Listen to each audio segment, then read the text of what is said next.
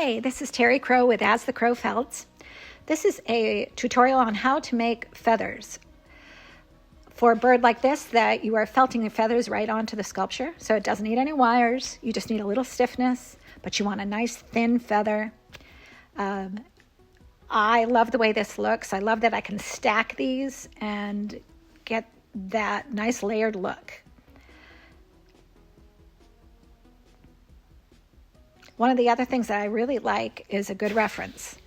And I have found a few books, this one in particular, that gives so much information on an owl. It gives you all the dimensions of the bird. It gives you all these different poses to choose from, which can be super helpful. Sometimes you just aren't sure how you want to do it. If you want to make it a full-size owl, it shows you that. If you want to make it a half-size owl, it shows you every single feather on the bird and then where it goes on the bird. All the dimensions of the bird. Really helpful.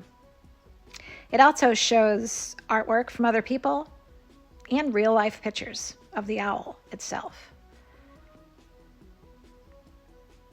I still will tend to go to the computer and get a little bit more color sometimes, or I might just want to see a colored feather because unfortunately it doesn't show you that in these books.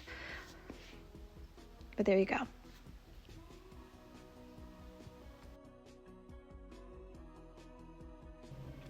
So here's a little core wool that's going down first. If you wanted to put a wire in, this is when you would do it in the layers.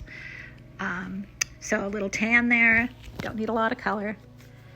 I'm going to put my stripes on. I like mine pretty irregular. I think it looks more natural. It's just the way I like things to look. If you want a perfect feather, this is the time to do it. It'll take you a little bit more time, but you certainly can do that. So I'm tacking down that darker color, and then I always put another layer of a lighter color over the top, and it softens everything and it blends everything really nicely. So that was just a lighter tan, and now I'm just going to needle felt this feather and shape it to what I'm going to be happy with.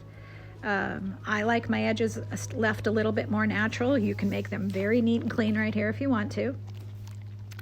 And you're just going to needle felt it till it's strong enough to go through the fulling process, which is what our next step is.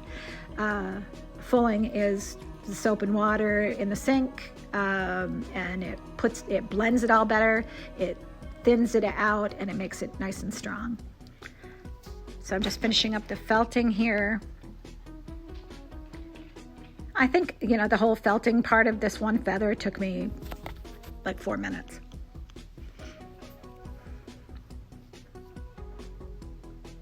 And there we go. It's strong enough for the sink. Warm water, soap. It took me a little while to get this one soapy.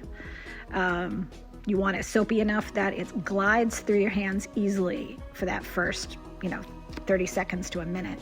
And then at that point, it's already sturdy enough to actually put quite a bit of pressure and start kind of beating it up a little bit. So you can rub it between your hands. You can fold it like in half and rub it on itself. That's a great way. Roll it in a ball. Stretch it length, stretch it in its width. Rinse it with cold water and do that process like about 3 times. Excuse me. You'll start to feel the difference. It's not going to feel as puffy. It's going to start feeling more solid and thin, and you'll see that it's thin and it's shrinking. And the more you do them, the more you recognize that you're almost there or there. I'm rubbing, stretching, shaping at this point. It's starting to feel really good.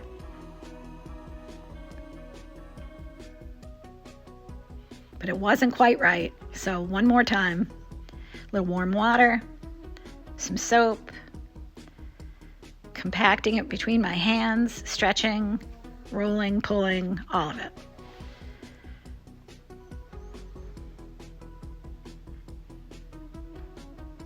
And then give it one last rinse, get all that soap out. You're going to bring it over to a towel and roll it. Try and get some of the moisture out. I didn't get enough out, and when I went to press it, my Cricut press was not happy with me. So try to get as much moisture out as you can. Now you're going to press it.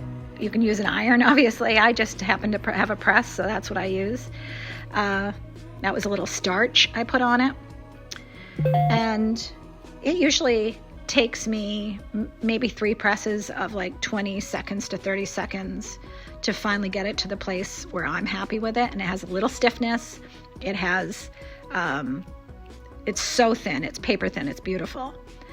And if you want it stiffer, maybe take some fabric hardener at the end of this and coat 3/4 of it.